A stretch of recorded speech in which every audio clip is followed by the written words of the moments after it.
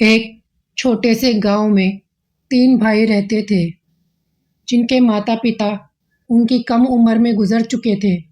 परिवार की पूरी जिम्मेदारी उन 3 भाइयों पर थी। लेकिन परिवार में अपने बच्चों के अलावा अपनी एकलौती बहन सपना की भी जिम्मेदारी उन्हीं के सर पर थी। जब उनकी शादी हुई तो सपना की भाभियां शुरू में तो उसके साथ अच्छा सलूक करती, लेकिन वक्त के साथ जैसे जैसे जिम्मेदारियां बढ़ी, खर्चा बढ़ा, भाइयों की नज़र में वो सपना उनकी बहन नहीं, सिर्फ एक बोझ थी।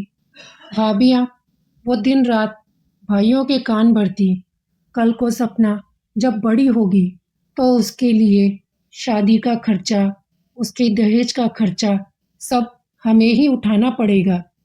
तुम्हारे माँ बाप ने हम पर तो एक बोझ छोड़ दिया। भाइयों की नज़र में सपना बहन नहीं, सिर्फ एक बोझ थी। जब भी सपना बीमार पड़ती तो उसके भाई उस पर तरस नहीं खाते, उल्टा और परेशान होते, क्योंकि अब उन्हें सपना को अस्पताल में भर्ती करना पड़ता, डॉक्टर को फीस देनी पड़ती, दवाओं का खर्चा उठाना पड़ता। शुरू शुरू में तो सपना ने इन बातों पर ध्यान नहीं दिया, लेकिन जब सपना बड़ी हुई, समझदार हुई, जब भी वो अपने भाइयों से अपनी पढ़ाई के लिए पैसे मांगती, यानी ट्यूशन की फीस, स्कूल की फीस, तब भाभियाँ बीच में आकर उसे ताने मारने लगती। अरे पगली, तुम लड़की हो, पराए घर जाओगी, पढ़ाई लिखाई तुम्हारे काम थोड़ी ना आएगा। आज तुम पढ़ रही हो, बेकार में अपने भाइयों के पैसे क्यों बर्बाद कर रही हो? बड़े होकर तुमने शादी करनी है, पराए घर में हमारी तरह अपने बच्चों को संभालना है, पति की सेवा करनी है, खाना बनाना है, कुछ करना है तो घर का काम सीखो। वो बहुत उदास हो जाती, भाइयों की तरफ देखती तो भाई मुंह फेर लेते। वो चुपचाप अपने कमरे में चली जाती और अपने माता पिता को याद कर शीशे के आगे खड़ी रोती। उसके कोई खास दोस्त भी नहीं थे, इसीलिए सपना जब भी अकेले अपना दर्द बांटना चाहती तो वो आईने के सामने खड़े होकर आईने से ही अपनी मन की बातें करती। और एक बार जब वो टीवी देख रही थी तो उसने देखा कि टीवी पर एक लड़की जो कि हीरोइन थी, वो मिस वर्ल्ड बनती है। पूरी दुनिया टीवी पर उसके लिए तालियां बजाती है, उसके सर पर ताज पहनाया जाता है, उसके माँ बाप गर्व से उसे गले लगाते हैं। बस यही सपना उसने अपने दिल में बसा लिया। उसने अपने भाइयों की तरफ देखकर कहा, एक दिन मैं भी मिस वर्ल्ड बनूंगी। भाई भाभी अपनी छोटी बहन का हौसला बढ़ाने के बजाय उसका मजाक उड़ाने लगे। अरे चल जा, तुझ जैसी लड़कियां अगर मिस वर्ल्ड बनने लगी तो हर घर में एक लड़की मिस वर्ल्ड बन जाएगी। सपना रोते हुए अपने कमरे में गई। हमेशा की तरह उसने आईने से कहा, एक दिन मैं मिस वर्ल्ड बनूंगी। तब सपना ने अपना खर्चा उठाने के लिए पास के ही पड़ोस में एक नया ब्यूटी पार्लर खुला था, जहां पर काम करने के लिए लड़कियों की ज़रूरत थी। सपना आत्मनिर्भर बनना चाहती थी। वह जानती थी कि उसके भाइयों को उसकी कोई परवाह नहीं है। सपना ने अपने तीनों भाइयों से कहा वो अपना खर्चा खुद उठाएगी, इसीलिए वो पार्लर ज्वाइन कर रही है। भाभियों को तो जैसे बोझ से पीछा छुड़ाने का मौका मिला। उन्होंने भाइयों को समझाया, अरे जाने दो, अगर वो अपना खर्चा उठा रही है तो उठाने दो। भाइयों ने भी हामी भर दी। अब सपना ब्यूटी पार्लर में अपना आधा दिन मेकअप करने, मेकअप को सीखने में, खुद को कैसे सुंदर बनाए, कैसे मेंटेन करने लगे। धीरे धीरे करके उसे ब्यूटी की पूरी नॉलेज होने लगी। देखते ही देखते सपना को सैलरी भी मिलने लगी। अब वो चाहते तो खुद भी एक ब्यूटी पार्लर खोल सकती है। उस ब्यूटी पार्लर की जो मालकिन थी, वो सपना के घर हालातों से अच्छे से वाकिफ थी। वो जानती थी कि सपना की किसी को परवाह नहीं। तब ब्यूटी पार्लर की मालकिन ने सपना से कहा, तुम दिखने में कुछ खास तो नहीं, मगर मेरी नज़र से देखो तो तुम किसी एक्ट्रेस से कम नहीं लगती। जब बड़ी हो जाओगी तो शहर जाना, अपने लिए ट्राई करना, कहीं तुम मॉडलिंग ट्राई करना, शायद तुम्हारा किस्मत तुम्हारा साथ दे। सपना की मालकिन की बात सपना के दिल में बैठ गई। कहीं ना कहीं वो भी अपने सपने को साकार करने के लिए दिलो जान से मेहनत करने लगी। अब सपना के पास इतना पैसा इकट्ठा हो गया था कि वो शहर में एक किराए का मकान ले सके और एक छोटी सी ब्यूटी पार्लर की दुकान खोल सके। सपना जानती थी कि उसके भाई उसे सिर्फ एक बोझ समझते हैं, वो उसे शहर जाने से रोकेंगे नहीं। सपना ने हिम्मत जुटा के अपने भाइयों से कहा, अब वो शहर जाना चाहती है, खुद अपना खर्चा उठाएगी। भाई पहले तो मना करने लगे, नहीं, हमारे खानदान की लड़कियां घर की दहलीज पार नहीं करती। तुम तो दूसरे शहर जाने की बात कर रही हो।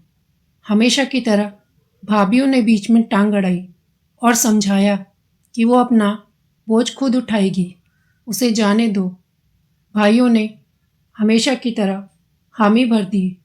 सपना चुपचाप अपना सामान बांधती है और शहर जाने के लिए बस में बैठती है। शहर पहुंचते ही वो एक छोटा सा किराए का मकान लेती है और पास में ही एक ब्यूटी पार्लर की दुकान खोलती है। धीरे धीरे करके उसके पार्लर में ऊंचे खानदान की लड़कियां आने लगीं। कुछ मॉडलिंग से रिलेटेड लड़कियां भी उसके पार्लर में आने लगीं। धीरे धीरे करके सपना के कस्टमर्स बढ़ते चले गए। शहर में उसके पार्लर की अपनी जान पहचान हो गई। कुछ टाइम बाद एक सुपर मॉडल कि जिसकी गाड़ी खराब हो गई थी, तेज़ बारिश की वजह से परेशान होकर वो गाड़ी में ही बैठी थी। सपना ने उसे देखा तो वो आवाज़ लगाई, मैडम आप कब तक गाड़ी में बैठी रहेंगी, मेरे पार्लर में आके बैठिए। वो लड़की तुरंत गाड़ी से उठी और सपना के पार्लर में आ गई। सपना का रंग रूप, सुंदर नैन नक्श, बॉडी का स्ट्रक्चर देख उस सुपर मॉडल ने कहा, तुम क्यों नहीं किसी शो में ट्राई करती हो, दिखने में भी अच्छी हो, थोड़ा और अपने आप पर मेकओवर पर ध्यान दोगी तो क्या पता एक सुपर मॉडल बन जाओ। उस लड़की ने अपना कार्ड दिया जो कि एक अच्छी सुपर मॉडल कंपनी का था। सपना ने हिचकते हुए वो कार्ड लिया और पूरी रात सोचती रही कि क्या उसे ट्राई करना चाहिए। तभी उसे अपना सपना याद आया कि कैसे वो शीशे के सामने खड़े होकर कहती थी कि एक दिन वो भी मिस वर्ल्ड बनेगी। फिर क्या था, सपना कई स्टूडियो में जाके अपने शोज़ के लिए ट्राई करती। कई जगहों पे वो रिजेक्ट हुई, लेकिन जब जब वो रिजेक्ट होती वो अपने हौसले को कमज़ोर होने नहीं देती। फिर धीरे धीरे करके फिल्म इंडस्ट्री में भी उसकी पहचान होने लगी। छोटे मोटे रोल्स वो छोटे मोटे शो में करने लगी। फाइनली वो दिन आ गया जब सपना को एक बड़े स्टेज में आने का मौका मिला। जजों के सामने अच्छी सी ड्रेस पहने, अच्छा हेयर स्टाइल, अच्छा मेकअप किए, सपना हिम्मत जुटाकर बड़े आत्मविश्वास के साथ रैंप वॉक करती है। जजों की नज़रें अब सपना पे टिक गई। सपना ने जजों के हर सवाल का जवाब बड़े आत्मविश्वास के साथ दिया और उसके भाइयों को भी गांव के ही लोगों से जब ये खबर मिली कि तुम्हारी बहन शहर में मॉडलिंग कर रही है, वो दिन रात सपना को कोसते। कौन सा मनहूस दिन था जब हमने इस लड़की को शहर जाने दिया। दूसरी तरफ स्टेज पर सपना बड़ी उम्मीदों के साथ जजों की तरफ देख रही थी। तभी जजों ने सपना का नाम लिया। ये क्या, सपना अब अपना सपना पूरा कर चुकी थी। देखते ही देखते उसके सर पर मिस वर्ल्ड का ताज पहनाया गया। अब सपना सिर्फ एक गांव की मामूली लड़की नहीं थी, पूरे वर्ल्ड की मिस वर्ल्ड बन चुकी थी। गांव में हर घर में मौजूद टीवी में अब सिर्फ सपना के ही चर्चे हो रहे थे। रिपोर्टर्स की भीड़ लग गई, जो सपना के भाइयों से, उसकी भाभीयों से, सपना से जुड़े सवाल पूछते। वो गांव के लोग जो सपना को जानते तक नहीं थे, अब वो भी सपना के भाइयों के पास आकर उन्हें बधाई देते। जब सपना शहर से वापस अपने गांव अपने भाइयों से मिलने आई, तो घर के हालात ही बदल चुके थे। वो भाई, वो भाभी जो सपना के सिर्फ एक बोझ समझते थे, आज वो सपना के आगे सर झुकाए खड़े थे। सपना चाहे छोटा हो या बड़ा, सपना देखना कभी बंद नहीं करना चाहिए।